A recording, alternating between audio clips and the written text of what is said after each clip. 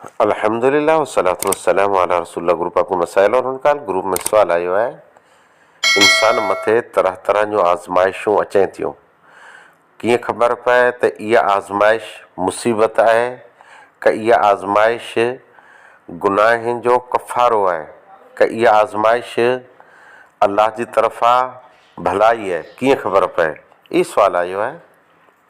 बहरहाल हर इंसान खे अल्लाह ताला एतिरो ज आज़माए जेतिरी पाण में ताक़त अने बर्दाश्त हुए।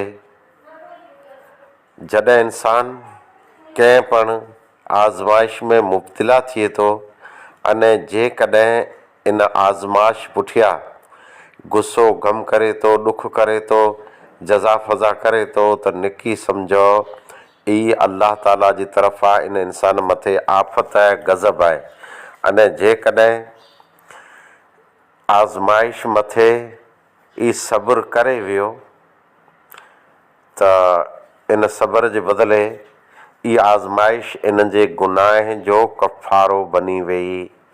इहा साॻी अने सेम आज़माइश आहे, पण अल्लाह इनखे एतिरी तौफ़ीक़ ॾिने जे राज़ी आहे, जी मुंहिंजी रब जी तरफ़ां आहे, त अल्लाह एतिरो राज़ी थिए थो जे इहा आज़माइश इन लाइ करे रहमत आहे अने इन लाइ करे इहा दर्जात बुलंदीअ जो वॾो हिकिड़ो सबबु आहे। वाख़िर दवाना अल्हम्दुलिल्लाह।